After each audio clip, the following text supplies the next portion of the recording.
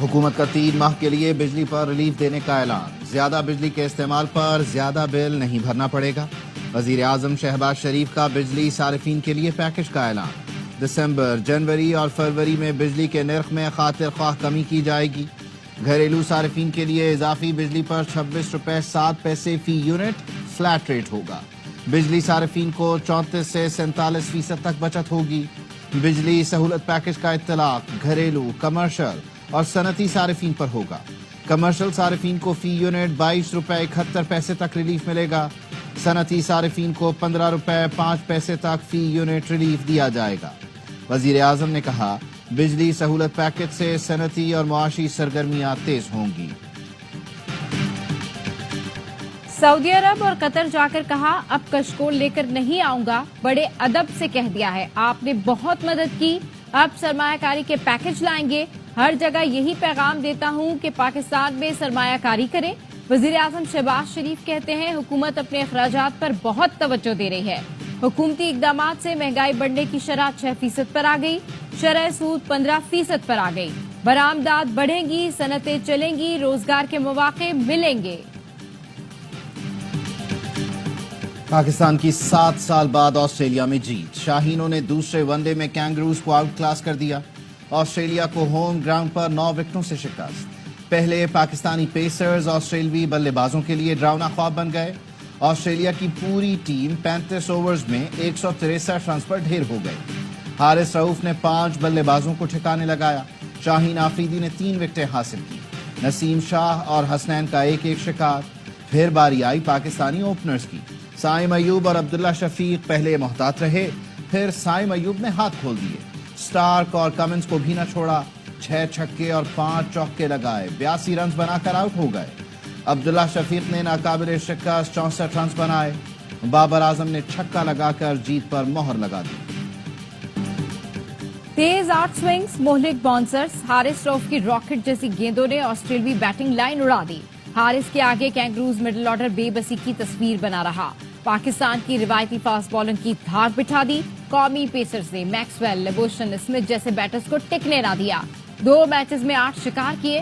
کپتان محمد رضوان نے کہا، حارث کے اسپیل کو سب نے انجوائے کیا، جیت سے اعتماد ملا، ٹاس پر انحصار نہیں تھا، پلان بنایا اور بالرز نے اس کے مطابق پرفارم کیا۔ سائم ایوب نے کہا، بالر کوئی بھی ہو، بال تو ہاتھ سے ہی کرا رہا تھا۔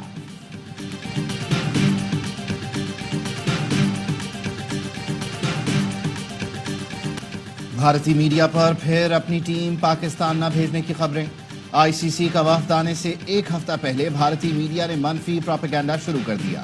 دعویٰ کیا، بی سی سی آئی نے چیمپئنز ٹرافی کے لیے ٹیم پاکستان نہ بھیجنے کے فیصلے سے پی سی بی کو آگاہ کر دیا۔ میچز یو اے ای میں کرانے کا مطالبہ۔ چیئرمین پی سی بی نے بھارتی میڈیا کا دعویٰ جھٹلا دیا۔ چیمپئنز ٹرافی ہائیبرڈ ماڈل پر کرانے کی خبروں کی تردید کرتے ہوئے کہا، بھارت نے تحریری طور پر پاکستان آنے سے انکار نہیں کیا۔ بھارت ہم سے ہمیشہ اچھے کی توقع رکھتا ہے، ہر بار ایسا نہیں ہوگا۔ ہائیبرڈ ماڈل پر کسی صورت تیار نہیں۔ بھارت کا تحریری جواب آیا تو حتمی فیصلہ حکومت کرے گی۔ آئی سی سی کا وفد آئندہ ہفتے لاہور آئے گا، جس میں ایونٹ کے شیڈیول کا اعلان بھی متوقع ہے۔ پنجاب حکومت نے اس ملک سے متاثرہ اضلاع میں 5 تفریح گاہیں، عجائب گھر 10 دن کے لیے بند کر دیے۔ پابندی کا اطلاق لاہور، سیالکوٹ، گجرانوالہ، گجرات، شیخ پورہ، فیصل آباد، ملتان، بہاڑی، لودھرا، قصور، جنگ، ٹوبہ ٹیکسنگ پر ہوگا۔ لاہور، ملتان سمیت پنجاب کے کئی شہروں میں اسموگ کی شدت برقرار۔ لاہور آج بھی دنیا کے آلودہ ترین شہروں میں سر فہرست۔ لاہور کے بعد ملتان ملک کا سب سے آلودہ شہر ہے، جہاں پارٹیکولیٹ میٹرز کی تعداد 2000 سے بھی تجاوز کر گئی۔ محکمہ موسمیات کے مطابق اگلے 10 دن تک اسموگ کی صورتحال برقرار رہے گی۔ لاہور ہائی کورٹ کا پنجاب میں مارکیٹس رات 8 بجے بند کرنے کا حکم۔ صوبے میں مارکیٹس اتوار کو بند رکھنے کی ہدایت۔